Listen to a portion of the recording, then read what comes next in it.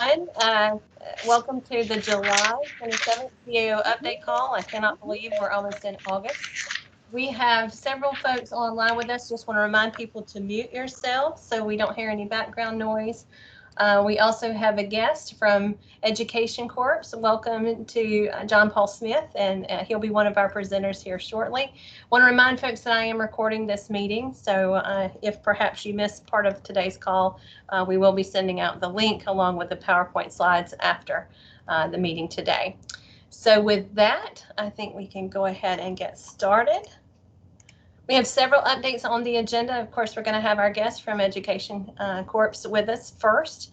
We're going to have some updates from performance measures, longleaf grants, our regular updates from programs Perkins, and then very excited to have Dr. Gold with us today to have some more conversation about the changes coming with developmental education.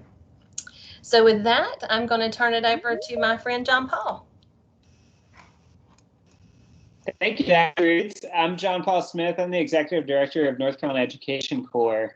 We can go to the first slide, I believe, Dr. Eads.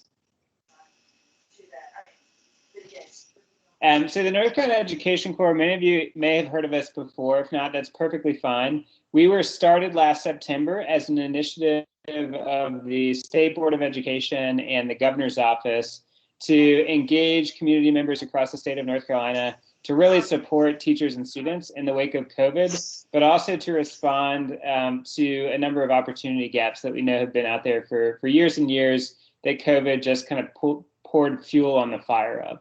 So what this means is that we engage Corps members, we recruit them, we train them, and then we place them to work in local public school districts across the state.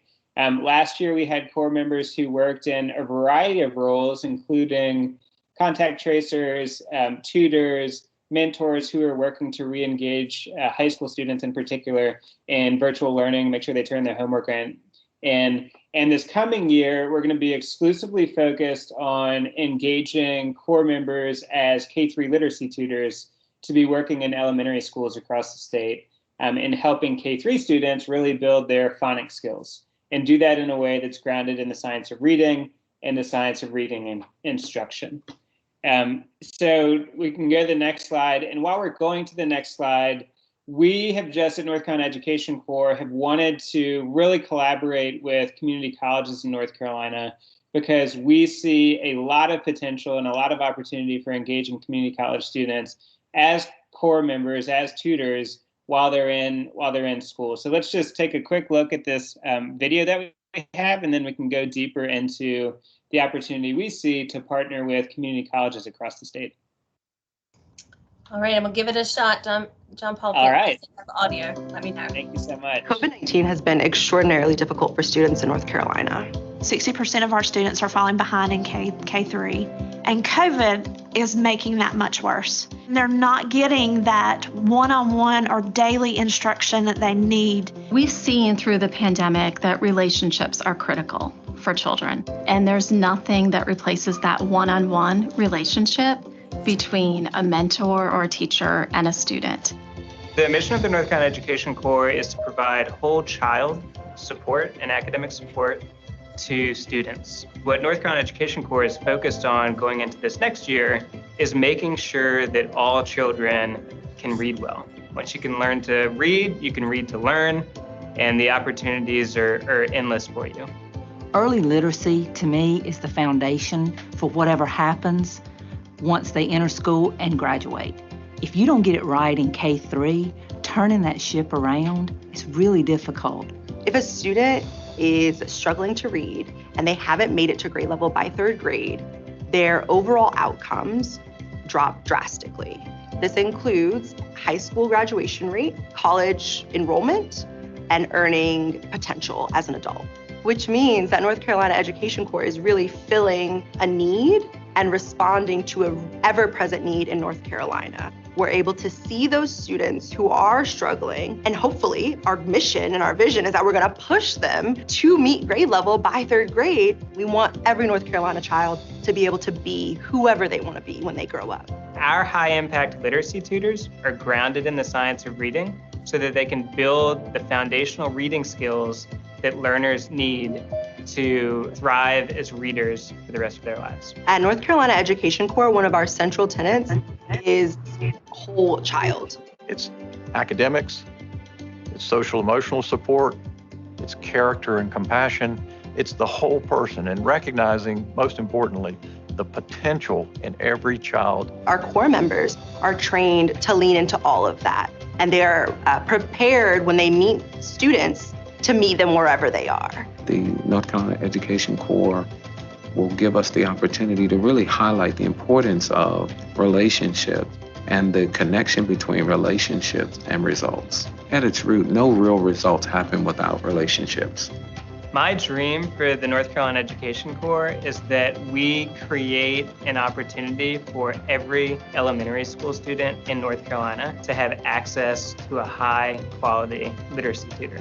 Every single child deserves a positive, solid relationship with an adult who believes in them. You can make them feel confident, you can make them feel successful in the work that they're doing, and that will literally change their life, which is ultimately going to change North Carolina and change the entire world.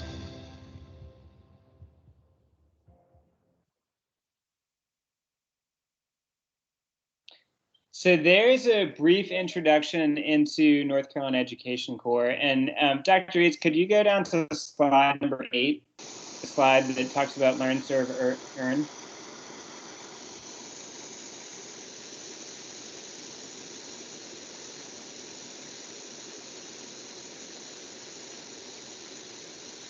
I'm working Dr. on it. Eads, are you able to hear me? Yes, I am. I'm sorry. Our slide numbers are a little different. I'm going to ask folks to mute themselves, please, as you join.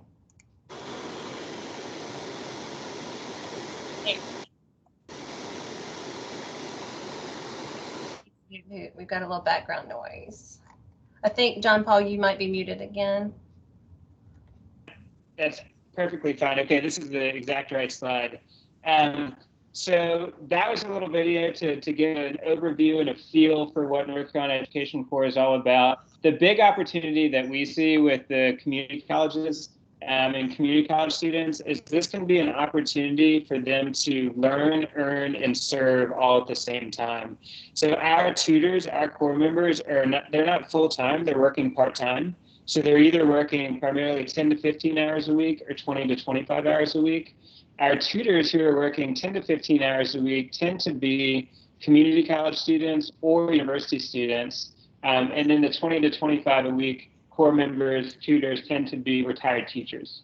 So we see this the first time we talked with Dr. Reeves and Dr. Gold and even President Stiff, we see a huge opportunity to engage community college students, particularly those who are in the educator prep programs and some of the early childhood programs, to participate as core members of NC Education Corps while they're in school. All of our core members get paid, so they'd be paid to work part-time. They'd be paid to do work that aligns with their career track of interest. And I think there's also an opportunity for some students, this would be on the community college side, but for students to also get academic credit for their lab hours while doing their field experience through NC Education Corps. Dr. Eads, do you want to speak to that at all? Sure. So when John Paul and I first talked, I was very excited to hear about the possibility of our students who are taking our EDU courses that have field experience requirements getting paid, right? So thinking about the paid and unpaid co-op that we have for other programs, this is just a very program specific opportunity. So exciting. But then when we talked about how would they get credit for the experience, we discussed that our EDU courses and for example, the teacher preparation transfer degrees, which have 2 courses that have heavy lab hours. Those lab hours have specific learning outcomes.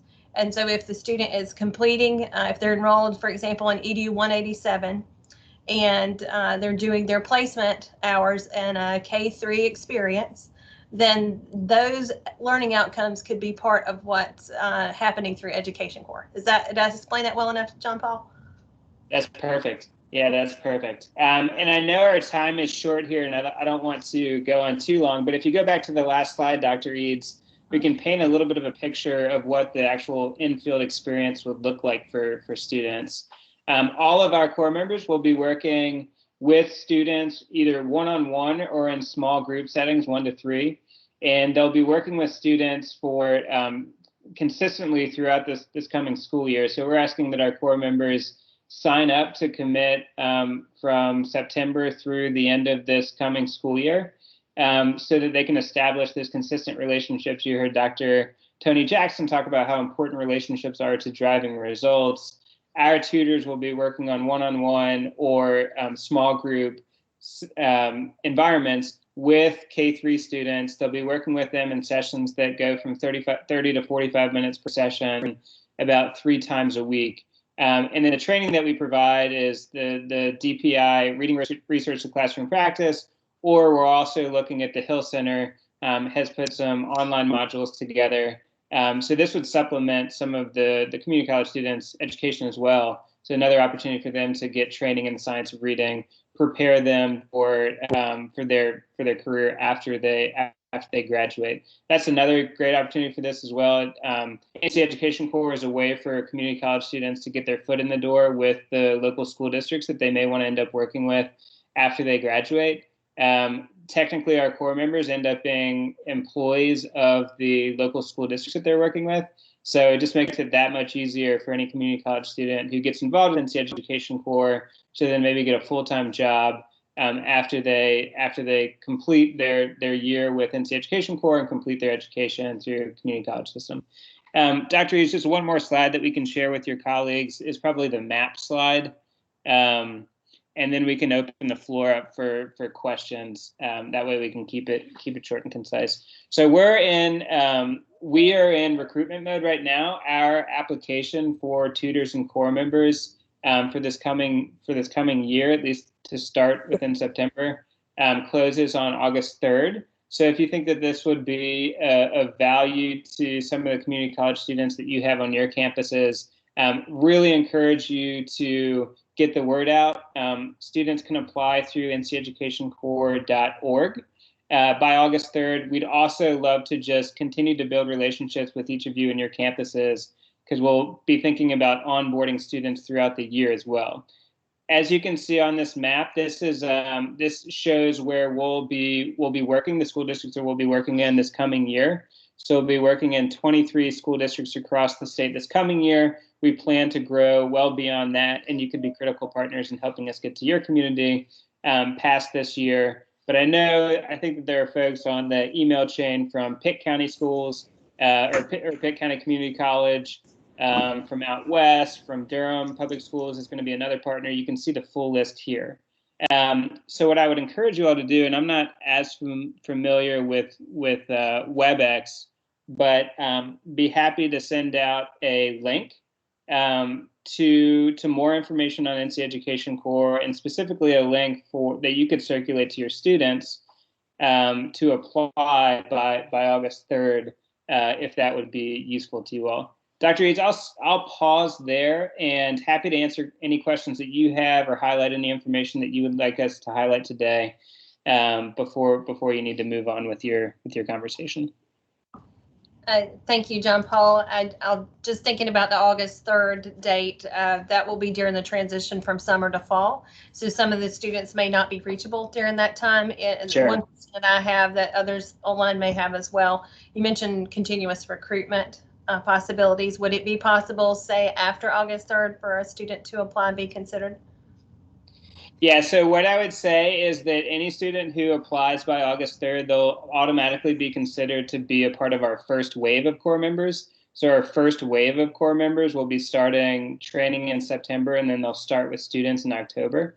But then we'll have ongoing waves throughout the year. We're not exactly sure when those ongoing waves will come on board, but anytime we can find ways to engage community college students, we're happy to do that. So the recommendation is you get the word out to as many students as you can by August 3rd, and those who may be able to come on board later throughout the year, we would welcome any conversations that we can have with community college partners to make sure that can happen.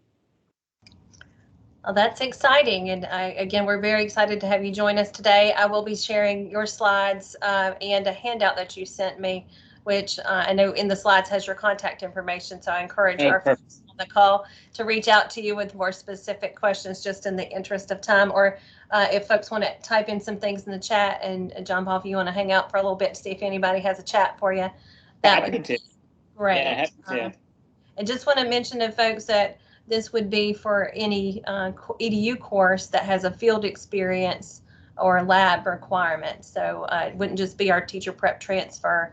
Since we're talking K3, your early childhood programs are birth to grade 3 or birth to age 8 by definition of NAEYC. So just want to put that out there. Got to give a shout out to my early childhood folks as well.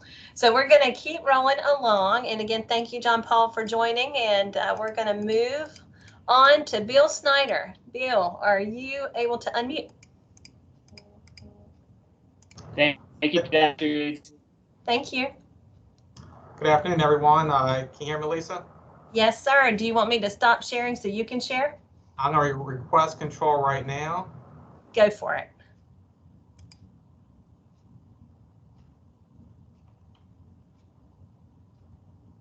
All right, can you see my screen? Yes.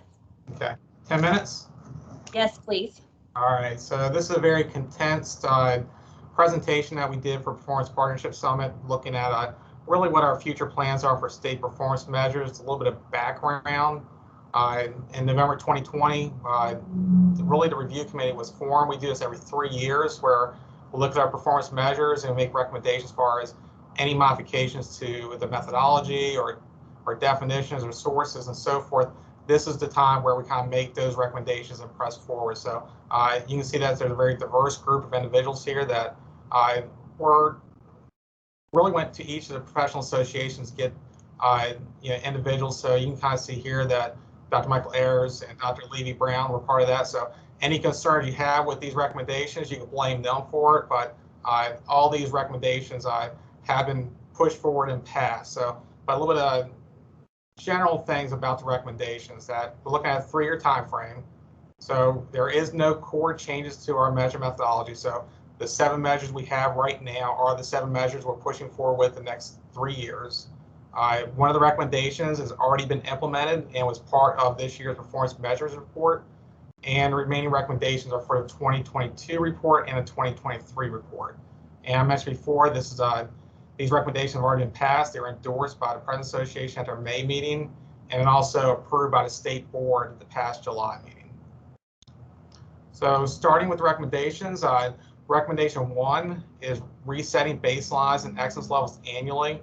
So historically, what we've done is we look back at 3 years of really success rates for different cohorts across colleges, and we go ahead and break out our statistical analysis as far as looking at standard deviations across those historical success rates. What we found over time is that really those were outdated. So we'd be looking at this year at success rates compared to success rates that for cohorts that started back in 2012 or 13. So one of the recommendations as far as resetting these baselines is make sure that we're comparing more apples to apples as far as more comparing our success rates of the states versus what is happening now. So this definitely, we felt the impact and pinch from COVID. So for instance, our basic skills measure, we have seen a lot of students, or I'm sorry, a lot of colleges fall below the baseline if we did not reset those different benchmarks as far as excellence levels and baselines.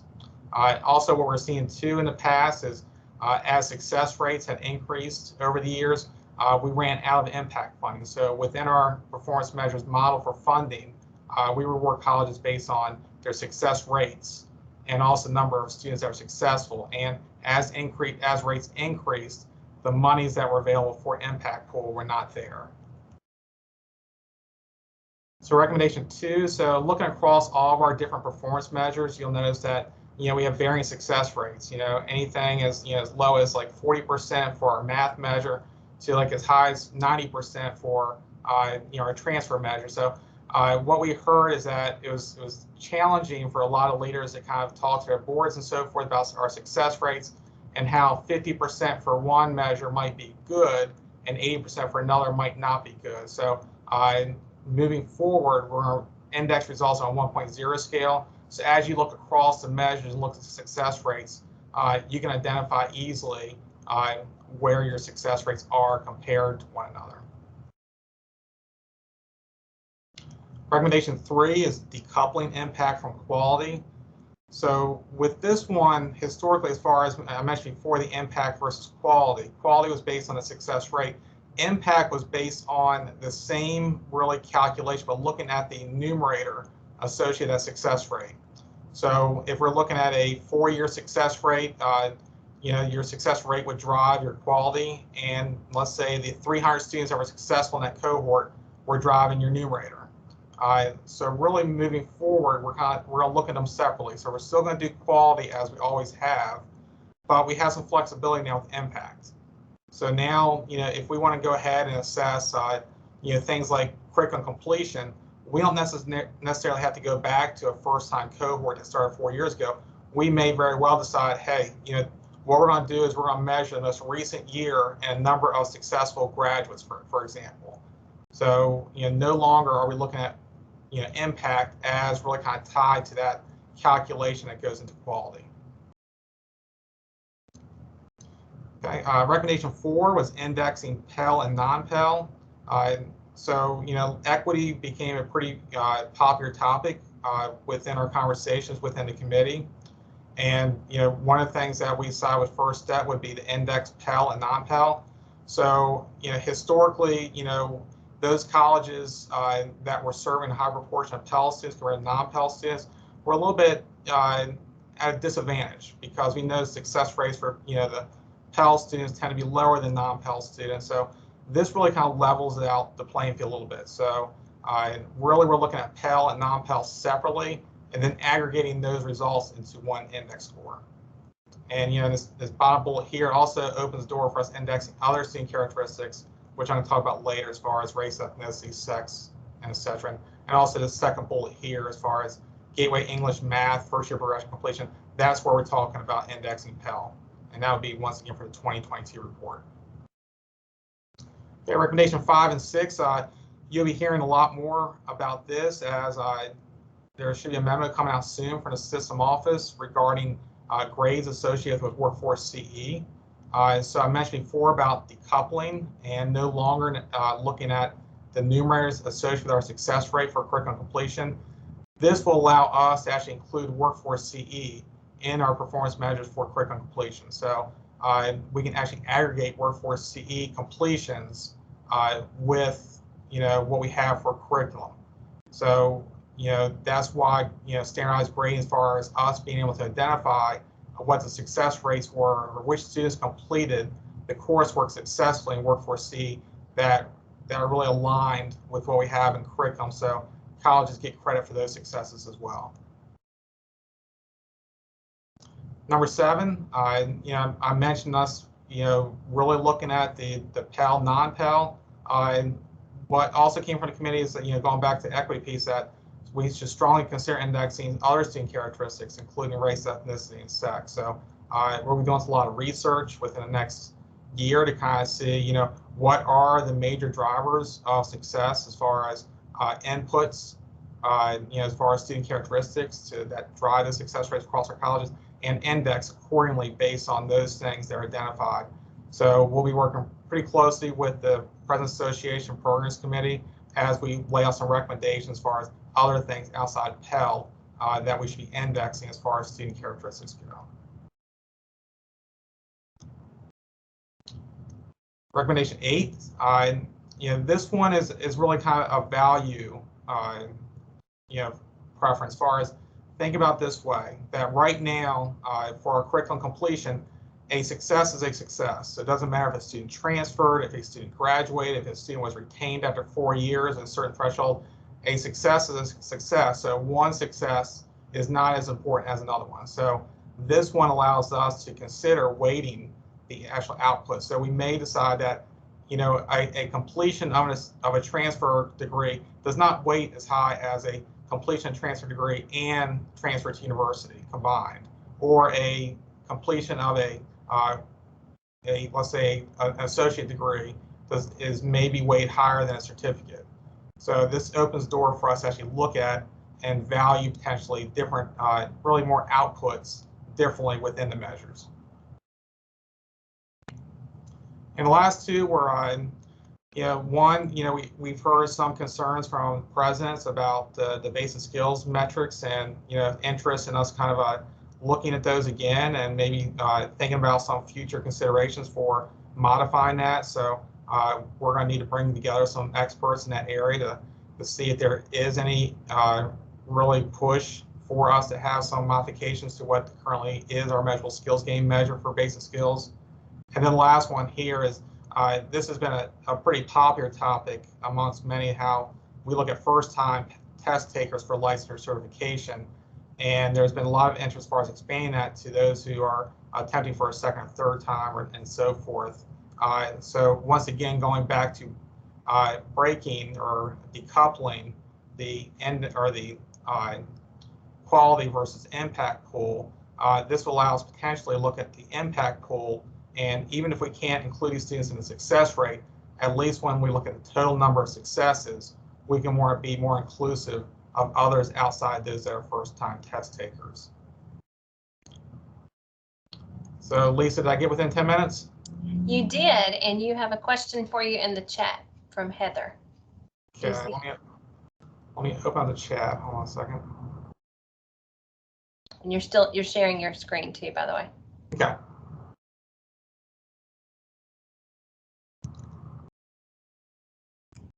Okay, so the math performance measure, so that was a recommendation, the last review, so 3 years ago, that would be more inclusive of math and science within that metric. We did push that to the legislature, and the legislative committee that looked at it pretty much said, no, we're not going to press forward with that because from their perspective, they felt that that was watering down the metric. So anything that we do as far as changing the overall title of a measure requires legislative approval.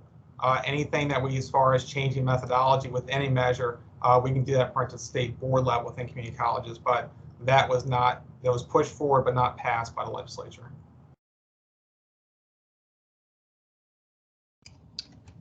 Thank you, Bill. And I'm going to encourage folks, if they would like to unmute and ask a question. We take a couple more questions before we move on.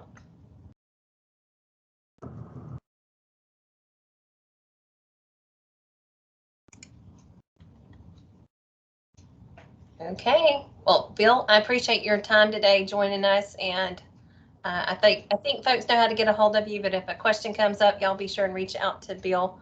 And Bill, thank you for your leadership through this process of updating these measures. And Lisa, what I'll do also is I will send you the full presentation I did last week, and you're welcome to share with the group. Perfect. I'll attach that with the slides from the call. Perfect. Okay. Sounds good. Thank you. Thank you. And I'm going to go back to sharing. Okay, should be seeing Dr. Kelly. Well, thank you, Dr. Eads. I hope everybody's having a good afternoon. I want to talk a little bit about long leave here for a second. And I also need to add another link in the chat, Lisa, that I missed earlier. I really should have given you 3 bullets, not just 2 bullets. So sorry about that. So the second bullet on the slide there that says long leave commitment, that's the student scholarship, student aid portion of the long leave commitment that started several weeks ago. And it seems like that program is going well. There should already be workflows and policies in place at your local college and in your financial aid offices. That's the student scholarship grant that is for 2021 high school graduates. And so I'm hoping that you guys are able to maximize that and that you're serving a lot of students there. We'll start getting some numbers probably after the fall term to find out exactly how that scholarship program is going. One of the most common questions we get with that one is why not the 2020 high school graduates? And the reason why is that the funding is coming from the GEARS federal money through the governor's office, and it's just limited funding.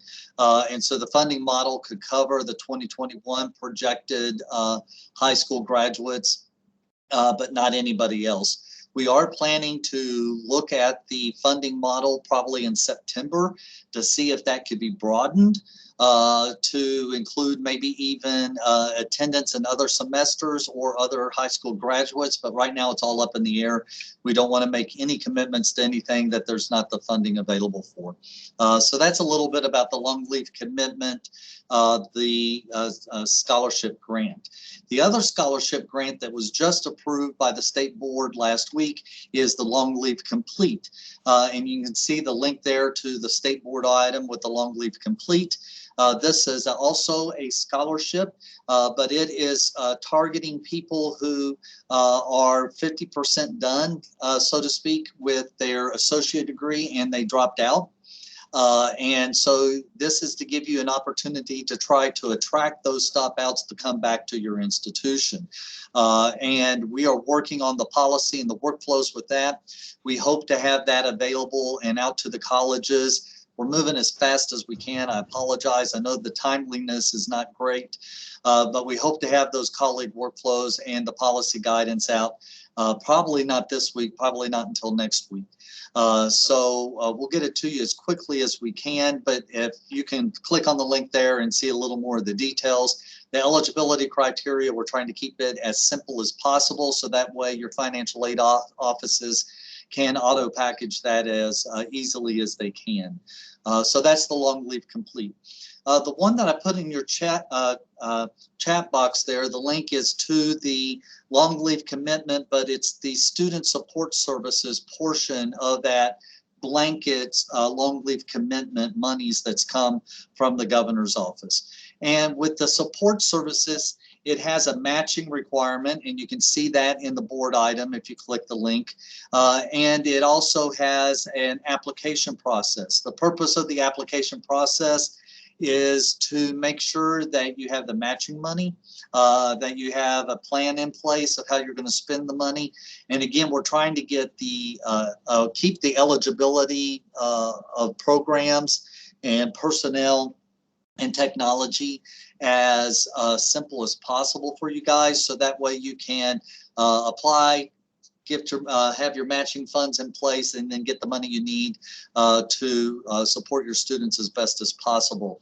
We do have a phone call coming up on the Long Leave Commitment Student Support Services Grant. That should be coming up in, I believe the letter said August 5th. So it's coming up here in the next week or so. Don't keep me committed to that August 5th date. I don't have that in front of me. Yes, that is August 5th at 2:30, and we'll be answering any questions and telling you more about the application process at that time. So I spoke really fast and covered a lot, so I'll pause there to see if you guys have any questions or anything for me. Nope, no questions. Well, while you guys are thinking, two quick comments is that I do serve on the TAC and then also on the reverse transfer or the RTAC. And so as we have any updates from those, I'll make sure that Lisa and I get together to share those updates with you too. But at this time, there's no updates from those two areas. So if you have any questions about anything long leaf, please don't hesitate to shoot me an email and I'll do my best to answer your questions. Thank you, JW. And before I send the slides out today, I'll add that third link. So thank you for sharing that. Sure, no problem. And I'm sorry I forgot to send it to you. It's all good. All right, so now we're moving to our Perkins update, and our stunt double today for Dr. Witchker is Dr. Rigai. Well, good afternoon, everyone. Thank you so much for being with us today, and the work that your Perkins contacts have done in the paperwork through the summer. They've done a really good job of getting their plans in and getting their budgets up. But that being said, we do have a few colleges that need to get their plans and their budgets in and approved. I think we have 5 colleges that haven't submitted anything. We have about 4 that need to that work on revisions. And remember, you can't spend Perkins money until you have an approved budget and plan. So if there's any hesitation, I'll of course call Patty or myself, and we will help walk through any glitches that may occur in developing your plan and your budget for the 21-22 academic year. Grant update meeting on August 10th. We will resume our Perkins updates, and those happen. That's the second Tuesday, I think, or the second Tuesday of the month, and those always occur at 9 o'clock. And please, if you want to understand what's happening at Perkins and all things Perkins, sign up for those presentations. And you can learn about what we're doing, what we're planning for the academic year. And I think 21-22 is going to be exciting because hopefully we can get back to some in-person meetings and we can do some really unique stuff through our grant, through our contacts, and through our leadership projects. So just please tune in on Tuesday, August 10th for our next Perkins Update webinar at 9 o'clock in the morning. Okay, Dr. Eads, next slide, please. And this here is our Perkins Pathways webinar. Every month, we host a webinar on a specific career cluster, career field, or program of study. And this month, I think it's going to be on August the 18th, we're going to highlight heavy diesel, and it's going to be a really good overview of what heavy diesel is, what the careers are. We'll have some employers on, we get some students and some colleges to talk about what they are offering in that area. And of course, Dr. Frank Scaletti will be our resident expert on that, and he'll tune in and give us some ideas too. These are very well attended by our workforce development folks, about counselors, educators, employers across the board. I think anywhere from 250 to 300 folks tune into these to find out about the career, particular career path and cluster that we're going to highlight on that particular month. I think anything else coming up, I think the articulation agreement is underway. I think Chris and Bob are working on a timeline for that. So look forward to that, this information on that coming down the pike. For us, I think the next big thing we're going to be, we have the NCCCS conference coming up in early September, the 8th through the 10th. So if you have some folks that might be interested in going to the North Carolina Education and Training Association, it's going to be in Wilmington. Please look at that, look at the agenda once it's posted. And I think it'd be a great opportunity for your especially your Perkins contacts to get in touch and make initial visits with some of the workforce development folks from around the state, as some of the frontline folks from that system will be there. And I think that's about it. As we go along, it seems like we're getting quicker as we talk. I took my cue from JW there. Anything else, Team Perkins? All right. Well, if not, then let's move on. Thank you, Dr. Eads. Thank you so much for giving us those great Perkins updates. And with that, I'm going to transition to Miss Michelle Lair for some great CCP updates. Good afternoon, and I am going to follow suit and talk very quickly as well, because you guys will have the slide deck to refer back to for some of these updates.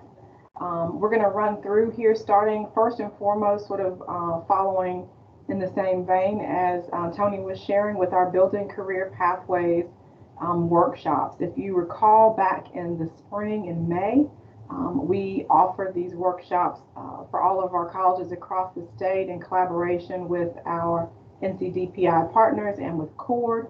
Very well attended. The majority of our colleges had representation at those in May, and we have spent this summer offering roundtable opportunities to sort of extend the learning that happened during those workshops in May. We've had 2 of the 3 roundtables already. Our last roundtable is actually coming up next week on August the 5th. We will be talking about stakeholder engagement during that particular roundtable. So you should see a link there with information that you can get to. Lots of things in regards to the workshop themselves in May, as well as the links to register for the upcoming roundtable. So I invite you to take a look at that link. Just a quick reminder of note, your career pathways that are due as a part of your basic Perkins grant activities, they're coming up in December. So we've had these workshops and these roundtables to help support the colleges as they are building those out. And certainly if you have other questions, please feel free to reach out. Happy to assist and get you connected to some resources. The next quick one is about our CCP advisory board. This is a dream for me, and we are looking to move forward to establish formally this advisory board. We've had several iterations of it sort of informally, and we're actually going to formalize it this go around for 21-22. There's a link in the slide deck if you are interested. We are looking for folks to serve on that advisory board, obviously who have some perspective that they can offer on the program. One of the things that we would like to have them engage in is taking a look at our operating procedures and some other things that we would just appreciate having more perspective from folks in the field on. So again, if you are interested, please follow that link. If there are folks on your campus who are interested, please follow the link, and I will be in touch in the fall with greater detail.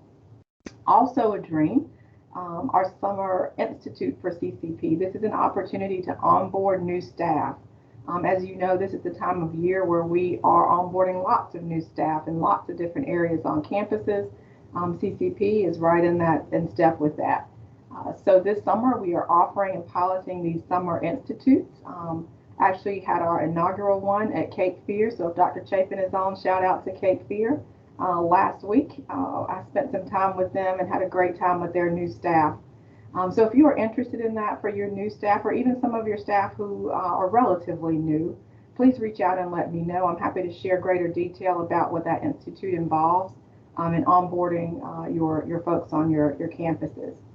Staying connected, as always, please, ma'am and sir, follow that link there to join the CCP listserv. It's an opportunity to get those monthly update emails that'll keep you abreast of all things going on in this very busy world of dual enrollment.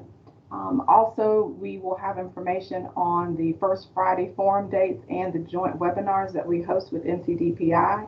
I think they're on the next slide, so you can share those with your campus folks as well. The First Friday forum, you'll remember that's an opportunity where it's really sort of open mic. I have a few things that we cover, but I take questions from the field both prior to that date and right there live on the session. So please share those dates with your campus folks. Also, the save the date there for those NCDPI joint webinars, both for our CCP pathways and our cooperative innovatives, are listed there as well. The topics for those we are still working through, and as soon as I have those available, I will get them out to the listserv as well. Last quick reminders regarding the Performance Partnership Summit, which is now passed. So we can take that one off. It actually happened this past week, which was great as well. And then our next one is our CCP Research Conference coming up September 23rd and 24th. There's still room to register for that. It is currently free. It's virtual, and we have a star-studded group of folks who will be sharing with us keynotes and panelists alike. So I encourage you, if you haven't already done so, share that with the folks on your campuses so that they can plan to attend and engage in that. And I think that brings me to the end of my very quick update. Thank you. Thank you, Michelle. We appreciate all that you're doing with CCP and helping us stay informed and connected. So I'm going to be the stunt double for Dr. Guido. She, as many of us, are all double booked. So we're going to give some quick programs updates. I just wanted to let you all know that the programs team has been very busy approving your programs of study for those programs that are going to be active in fall of 21. And to date, we have approved over 3,300 of those. So if you have any of those straggling programs that you need to submit, maybe some last minute options that maybe you've been working through locally, you want to get those approved for fall 20, please submit those ASAP. Once the fall term starts, we won't be able to approve anything for the fall term. It would be for the spring. We also want to just note that numbered memos, especially those that are the result of CCRC action, come out 3 times a year as the CCRC committee meets 3 times a year. We want to make sure you know where those memos are. So if you go to academic programs, or if you go to 4 colleges on our website, academic programs, scroll down, you'll see numbered memos as a link. And if you need the direct link, I'll be glad to give you those. I know we've got a lot of new folks on the call with us. Welcome to those of you that are new chief academic officers. You're probably wondering what are numbered memos. So that's a very official way that the system office communicates action through with State Board or CCRC, which is our curriculum course review committee. So be glad to let you all know where that's at if you need some help finding it. Also want to let you know that we're still working through the credit for prior learning work. We are now at the stage of working on the IB crosswalk, and we have sent that to DPI for their feedback, and we hope to send it to you all for your feedback early next month. We'll be working on the AP crosswalk after we walk through the crosswalk for IB. So IB just had a shorter list, and Dina's been working hard to kind of crosswalk what is already out there. We want some feedback from DPI and from you all before that crosswalk goes to CCRC for action. Also want to just let you know that we've done some credit for prior learning transcripting process training with the registrars. That happened, I believe it was last week. There is a ServiceNow manual available for CPL that we're working to finalize, hopefully getting that out to you all early next month as well. And then as a part of the credit for prior learning work, we are hoping to reconvene the faculty panels to look at industry specific crosswalks. And if you are interested or have staff that or faculty that are interested in participating, please let us know. You can contact Dina or myself directly. All right, so I was also trying to be quick with that. I wanted to save as much time as possible for the conversation about developmental education. Dr. Gold, I'm going to turn it over to you. Thank you, Dr. Eads, and good afternoon, everybody. I don't know if I can talk quite as fast as our previous presenters, but I will do my best. And even though the slide says developmental education discussion, which I do want to mention and talk a little bit about this afternoon, I also had a couple of items related to other topics that have been brought up this afternoon that I just wanted to share with you. As I'm sure most of you are aware, the President's Association will be meeting this week for their summer conference. And so the Programs Committee of the association will also be meeting. So I thought I might give you a heads up about some of the topics that that committee will be discussing. I know when I was a chief academic officer, my president would come back with information and questions. And so just to help you be prepared to provide that support on your campus, I thought it might be helpful for you to know what those agenda items are going to be. And so one of the first really relates to Bill Snyder's presentation about performance measures and the recommendations that came from the Performance Measures Committee. So one of the things that I'll be sharing with the presidents, and this has already been shared with many of your continuing education administrators, is the need for us to have grades for Con Ed classes so that we can measure the impact of those course completions where they align with your curriculum offerings. So there's a very specific list of courses and courses that do align to curriculum offerings. I think there's about 35 courses and Con Ed curriculum courses on that list that we'll be measuring for impact. And the only way for us to know if a student completed is if there is a viable grade recorded in the system. And so the good news about this is we're really not asking you to change your grading system on the Con Ed side. What we're asking you to do is to map your grading system to a common grading system so that we will know how to interpret your grades. And so I'll be sharing that with the President's Programs Committee, and also just wanted to share that with you and let you know the why behind that ask when we ask you to do that mapping. It really is important. I know many of you have benefited from the GEAR scholarship for your continuing education students. And in order for us to advocate for continued funding, we really need to have some information to be able to share with legislators and other funders. So I think it's a good step forward, but it will require a little bit of mapping and data collection on our end.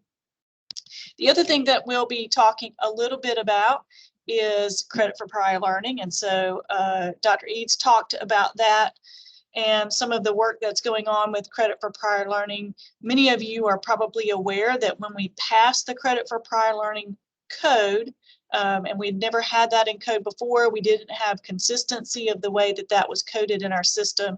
So it's a big task and we're working through that. But one of the items that was not listed in that code was any kind of code or conversation around continuing education to curriculum articulation. And so we'll be bringing that up for the President's discussion at the meeting this week and have a draft of that code. And really what that will do, much like the other code that was put in place, is to establish a process so that if there are courses, particularly where many colleges may be offering the same content on the Con Ed and the curriculum side, that we equate those so that people will know how to interpret those courses. And so we'll be having that draft code, which will recommend that your CE administrators who serve on the leadership committee with continuing education would recommend some sort of crosswalk, and then that crosswalk would go to the CCRC and go out to colleges for a vote. So it really just establishes that process. It doesn't establish any crosswalks at this point, but puts that process in place for us to be able to establish those equates. I think as I look into the future and think about how we might administer credit for prior learning, one of the things that I envision on the Con Ed side is that we have a list of courses that we ask colleges to offer in similar ways, with similar hours, similar learning outcomes, and those courses would then equate to your curriculum courses. And of course, we would leave in the library those flexible courses of the same topic area that you could use for more local needs. So moving through that process, this will just begin that discussion and begin talking about that. It really is a part of our NC Workforce credentials work, and just being able to recognize those credentials that you're offering on the Con Ed side. So be talking a little bit about that with presidents. Also just want to mention to you, I know many of you are aware that the Board of Nursing had put forth a recommendation for a change to faculty requirements. That change that was supposed to go into effect, I think the original date was January of 2020, and then they pushed it out to December of 2021. And that would have raised the percentage of faculty that you had credentialed at the master's level to 80% rather than 50%. And so I think most of you are probably aware now that the Board of Nursing has reconsidered that rule. They did put in place a proposal to change that rule back to 50%. That is going through the rulemaking process. I believe the comment period ended on June 14th, and the Board of Nursing next meeting is in September 17th. So we will be updating you and the presidents as that moves through the rulemaking process. And I know some of you may have a nursing director who sits on that board, so you may also have updated information about that. But I've spoken with the Board of Nursing on a couple of occasions and just trying to stay aware of their progress on that. So that does lead me to the slide and developmental education and RISE. I know we've given some flexibility. I had a webinar a few months ago to talk about some of the flexibility. There was a numbered memo that went out related to that flexibility. And so today I really just wanted to talk about where's the future taking us and where do I see us going over the next year. So one thing, many of you may be aware that Susan Barbita did retire recently. And so we have hired a new director for the Student Success Center, and she will be starting in August. Her name is Dolores Ali. So looking forward to her start. We also have some staffing changes related to developmental education and RISE. And so we do have Stephanie Hayes and Kristen Buchanan, who are located at Caldwell Valley Community College. We will be partnering with them to provide some support. They're not leaving CVCC, but we will be partnering with them to provide support for developmental education. Their contracts with the system office start in September, so you'll be hearing more from them at that time. So just want to, if you see those names pop up, Bridget Myers is still helping with Surge and with some of the developmental education conversations, so you may hear from Bridget as well. So just wanted to let you know. One of the things that I'll be talking to the presidents about in terms of the future, I had mentioned on a webinar that we were going to be sending out a survey, and Bill Snyder and I are still working through the details of that survey. We're trying to make it not terribly complicated for you, but comprehensive enough for Bill Snyder and the RPM team to get the information they need to track outcomes and to be able to accurately report on performance of our developmental education efforts. So we're working on that. Hope to have that out to you within the next couple of weeks. We will be sending that out to chief academic officers and asking that you send that back. The one thing we'll also ask when we send out the survey is that you send us a copy of your placement policies. If you'll recall in the numbered memo, we asked that you publish those just so students would be aware and other institutions would be aware of your practices. Our reason for requesting the policy is really to help us answer any questions that may not be clear to us when we get the survey. So hopefully that will keep us from having to bug you and ask you questions. Based on the outcomes of that survey, Stephanie or Kristen may be reaching out to you to ask you some questions. And our intent is really to see where we have commonality across the system and then where we have some differences. And the differences that we identify will help us have some conversations with you and with your faculty and staff so that we can determine where we need to go next and where we need to work on our developmental education policies. So that watch for that survey. The other thing that I'll be talking about with the president, and I recognize we have about 5 minutes left in our meeting, so I saw that message pop up, so I am aware, so I'll try to talk fast. Back in 2015, the UNC system, the independent colleges and universities, the community college system, and the Department of Public Instruction published a common career-ready definition. And so I think as we move forward, one of the starting points that I would like to suggest is that we revisit that definition and make sure that we're all in agreement about what it means to be college ready. As I look back at that policy that was passed, or that statement that was passed back in 2015, some of the practices are now out of date. So at that time, we were looking for 4th level math. We were also looking for NCDAP scores. And so that policy, our statement really needs to be addressed. And so it seems to me that it's hard to come to a consensus on our placement practices if we don't have a good consensus about what it means to be college ready.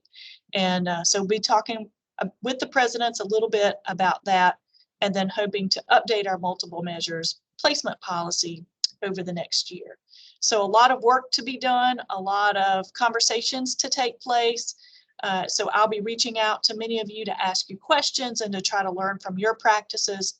The thing that we're very keenly aware of is we know that the students who will be coming to us from the public schools who graduated in the spring, who will be coming in the fall, many of them have been learning virtually for a year. Many of them may have experienced some learning loss. And so we really want to be mindful of helping those students be successful and think about how we can support them. So as we move through these conversations, that's top of mind for me, and we'll definitely keep you updated. So I think I am about 3 minutes away from the end of the meeting, and I'll stop there and see if you have any questions. I feel like I could be like a speed talker for auctions. I'm going to be an auctioneer in the next career path. Me too. We have a program of study for that, I'm sure. At a college near you. At a college near you. Less than an hour away. That's right. Or 30 minutes even. I'm looking at the chat. I don't see any questions.